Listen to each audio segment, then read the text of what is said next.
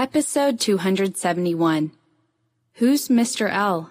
When Nola saw this and took it for granted, blaming him with her look, Julianne saw the scene and felt terrible. She said, "Why is Seth kneeling down? Great-Grandpa said there is gold under the man's knee, so you will lose gold when you kneel down."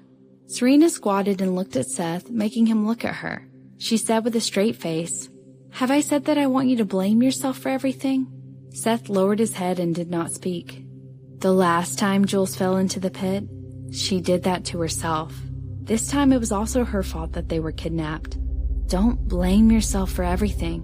You don't owe us. You are also the child of our family. Don't kneel in the future. Neither should you call me madam. Otherwise, I will drive you away and send you back to the orphanage to let the children bully you. Before Seth was 3 years old, he was staying in an orphanage. Because of his premature birth, his health was very poor and he was often bullied by other children there. The older children would also laugh at his different eyes, different hair, and different skin color. Until 2 years ago, when Serena took him into the Lee family, and he realized that there was such a paradise in that world. Beautiful, warm, a home. When Seth heard that and his tears were almost falling, he looked up at Serena and nodded. "I got it. What do you call me?" "Auntie." Serena tapped his nose. "Go wash your hands and teach your brother and sister to wash their hands and then come to eat." "Okay." Seth stood up and walked over. Julianne struggled in the arms of her grandmother and shouted, "Grandma, let me go. I should wash my hands." "All right." Nola Robinson loved his granddaughter. She was so good and cute. With a smile on her wrinkled face, she said dotingly, "Be sure to wash your hands well before you eat." "Got it."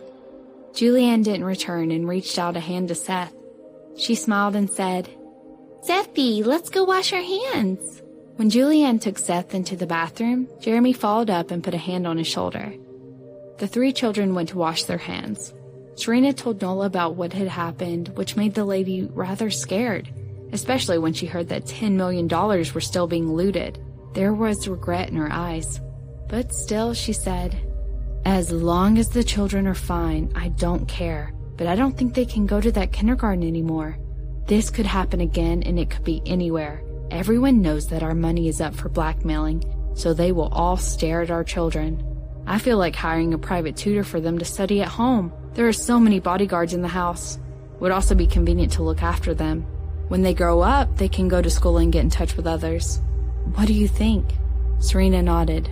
"I think so too. Then I will ask someone to arrange for it." "Great." Nola saw that Serena finally agreed with her idea and was very happy, but at the same time, she shook her head. "These years you have worked hard." Serena smiled and stood up. "Not very hard. Let's eat, Mom. Where's Dad?" "Your father will go to his friend's home for dinner and will not come back. Let's eat it ourselves. Drake, wash your hands and come to eat." "Great." Drake had been used to getting free meals here in the past few years. After the meal, he took the initiative to leave. Keith had already bought a house for himself 2 years ago and moved out. But that day, he came back to the old house and brought back some of the documents for Serena. After she showered and dried her hair, she started to look at these files inside the study room. As she skimmed through them, she began feeling even worse. The feeling of being touched by that perverted man was haunting her, but she did not even see the face of the gangster. The bastard! Damn it! Ah! Serena was so angry that she tossed her pen away. Anger burned in her body. She decided to turn on her computer and log into her social account. Immediately, she saw a gray-white profile picture flickering. She clicked, and it was L. L. Great Falls County bidding the day after tomorrow at 7 p.m. Royal Hotel must win. In a simple sentence, the purpose, time, and place were explained. Serena looked at the words and opened the chat record. L. The eastern suburbs of Boston. The potential is good. Can buy. L. The weather is turning cold. Stay warm. L. GF is in a difficult situation, but the foundation is strong and can be acquired. L. Flu season. Watch out for the kids. L. Monroe Valley bidding at 3 o'clock on the 17th. David Attenhauer must win. For more than 3 years, this man called L had been sending her messages, but the frequency was really low. The interval was at least 1 month. It was either life tips or commercial guidance and intelligence. At first, Serena did not feel anything about this L, but after a long while, she realized she relied on the stranger whom she had never met. For so long, every time Serena responded, she rarely got anything back from him. When he was in a good mood, he could reply with an expression, smile.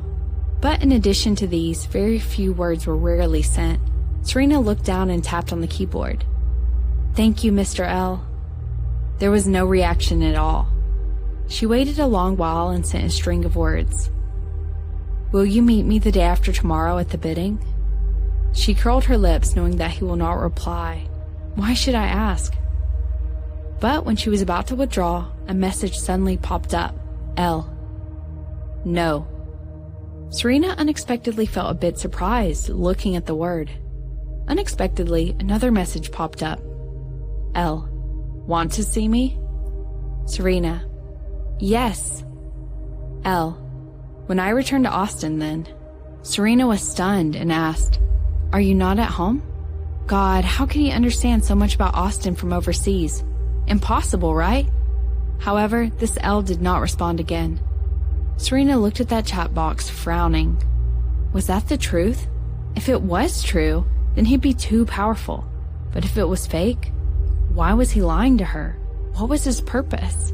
She thought about it and opened a chat box with Drake. Are you there? Drake. Yes. Serena. Help me track an IP. Drake. Okay, send. Serena sent L's information and Drake quickly replied.